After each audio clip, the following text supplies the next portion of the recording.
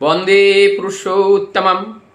परम दयाल शिष्य ठाकुर जी के चलार साथी ग्रंथ के 193 नंबर वाणी, और वो वाणी है आदर्शहीन के वर्ण से, आदर्शहीन के वर्ण से हीनत्व में पर्यवसान।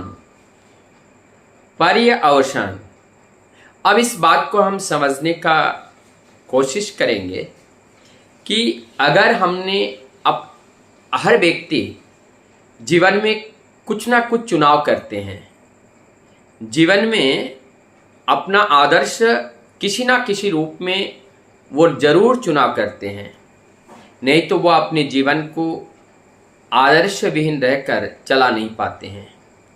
अब ये निर्भर करता है उनका आदर्शहीन है या आदर्शवान है।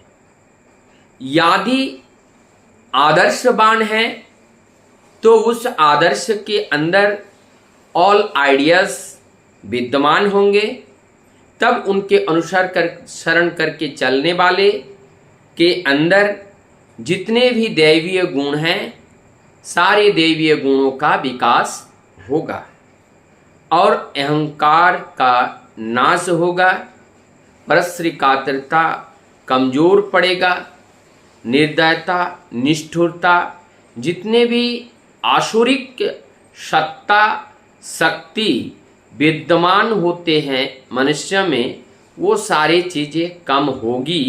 कब? जब जीवन में आदर्श होगा। लेकिन यहाँ पर आज की जो वाणी है, यहाँ पे है आदर्शहीन के वर्ण में। ये वर्ण को जो वर्ण करके लेना, वर का अर्थ होते हैं श्रेष्ठ, मतलब श्रेष्ठ को ग्रहण करना। ये वर्ण का अर्थ है ग्रहण करना। जब हम इस श्रेष्ठ को, आदर्शहीन है और आदर्शहीन को मैंने अपने जीवन का के श्रेष्ठ आसन में उनको बिठा करके रखे हैं। यहाँ श्रेष्ठ आसन में बैठा करके रखे हैं, क्यों कह रहे हैं? क्योंकि वही हमारी अनुगामी है और वही हमारी सारथी है। उसी को अवलंबन या अनुसरण अनुकरण करके हम अपने जीवन को चला रहे हैं।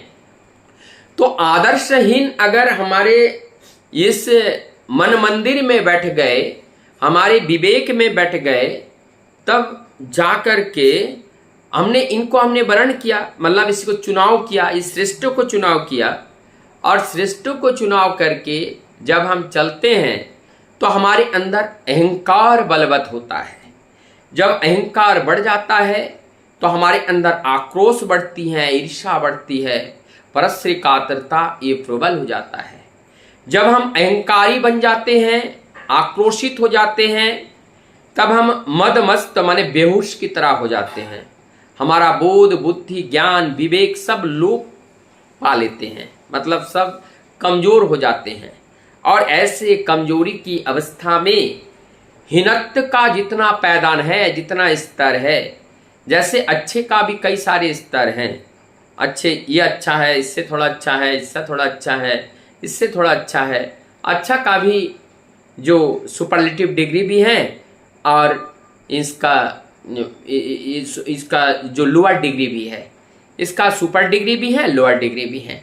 ठीक उसी प्रकार से हीनत्व का भी स्तर है कि ये कार्य ज़्यादा हीनात्मक है, ये ज़्यादा खराब है, इससे ज़्यादा घृण्य कार्य ये है, इससे ज़्यादा घृणात्मक कार्य, इससे ज़्यादा जघन्य कार्य ये है, और इससे ज़्यादा जघन्य कार्य ये है, और इससे ज़्यादा जघन्य कार्य कोई दुनिया में हो ही नहीं सकता है। तो आप आदर्शहीन हमारे जीवन का आप गुरु बन करके बैठे हैं। तो जब हमारी लक्ष्य अब क्या है, जब आदर्शहीन को हमने गुरु माना, तो हम लक्ष्य हमारा अच्छा हो सकता है, लेकिन हम पहुंचेंगे कहाँ? जो कर्म हम करते हुए चलेंगे। और कर्म क्या करेंगे? जो हम देखेंगे वही हम सीखेंगे, वही कर्म करते हुए हम चलेंगे। तो जब हमारे जीवन का अनुकरण का बिंदु पॉइंट जो है वो आदर्शहीन व्यक्ति बैठा हुआ है और वही श्रेष्ठ स्थान में हम बैठा के रखे हैं, तो निश्चित रूप से क्रमबद्ध तरीके से हम उस चरम अश्लीलता के पैदान में सीढ़ी पर या मंजिल पर पहुंचेंगे, जहां पर पहुंचने के बाद हमारा मृत्यु निश्चित है और उस मृत्यु के आसन तक हमें पहुंचाएगा। कब? जब हम आदर्शहीन को जीवन में वर्ण करते हैं।